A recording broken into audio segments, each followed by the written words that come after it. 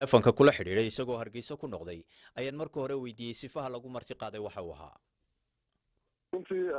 martiqaad rasmi ah oo dalka Djibouti fidiyay baan ku tagay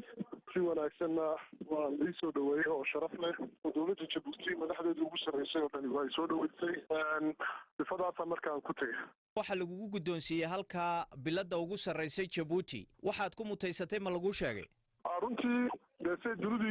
iyo dalalka jaarka aanu nahay la wada socdaan Somaliland waxa 31 May ka dhacay doorasho mucjisa oo runtii mandaqada iyo caalamkaba 10 cibro ugu sugnaa doorashadaasi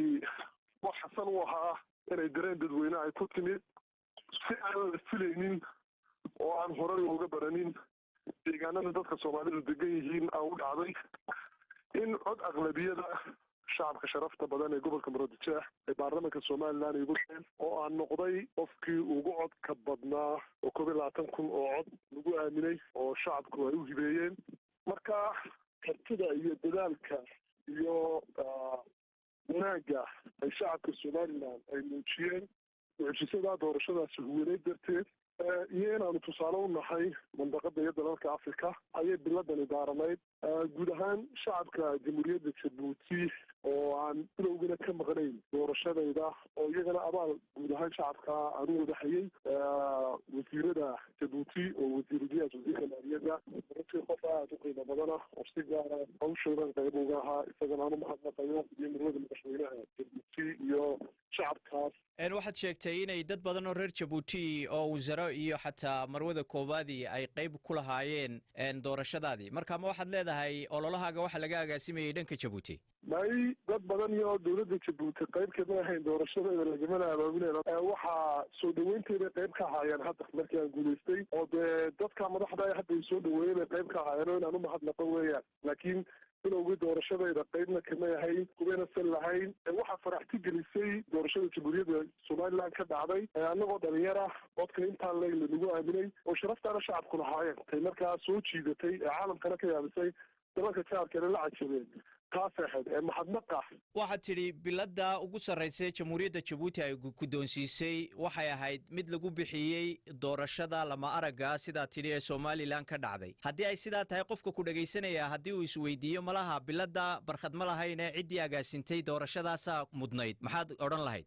runtii waaban qoraal falcelina oo aan barteeda Facebook ku qoran waaba ku sheegay maadaama aan hay'adii shacabka Somaliland huwanahay maadaama calankii Somaliland aan huwanahay biladan cidda loo hageeynayo iskale waa shacabka bilowgaba cidaan u hibeynayna waa shacabka guud ahaan Somaliland gaar ahaan gobolka Maroodijeex degan markii aad safarka u baxday dadku dhaliilayay waxay baraha bulshada ku soo qoreen in xildhibaan barkhad aanu marin nidaamkii brotokoolka diblomaasiga saxda ahaa oo la soo marinin martiqaadkiisa arrimaha dibadda iyo golaha uu ka tirsan yahay ee uu sifa shakhsiya ku anbabaxay arrinka maxaad ka leedahay dadka sidaa ku dhaliilaya shaqaale wasaaradda arrimaha dibadda ka tirsanayay xildhibaan la doortay oo codka shacabka ku fadhiya oo sida madaxweynaha loo doortay oo kale baan ahay shir guddoonka golahayga gaar ahaan guddoomiyaha golahana officially waa ogaa martiqaadkayga cidda ugu horeysay ay ogaatay inay ahayd goloweynahay ahayd goloweynaana shir guddoonkayga ogaa marka de si protocol ah oo official ah ayaa laga martiqaaday martiqaadkiina waa ka ajiibay weli dadka qaar baa waxay isweydiinayaan barkhadow mar haddaad xildhibaan noqotay xilkii afayeenka xisbiga aad ka tirsan tahay weli miyaad haysaa mise waad wareejisay may weli xilka afayeenimada xisbiga waan hayaa oo afayeenka xisbigana waan ahay xildhibaan golahana waan ahay oo weli maan wareejin isaga xildhibaan barkhad batuun oo ka tirsan golaha wakiilada Somaliland ayuu kaasi ahaa oo khadka telefoonka ee magaalada Hargeysa iigu waramayay waa tahay dhageystayaal bal haatan qormadii ciyaaraha iyo Kawsar Maxamed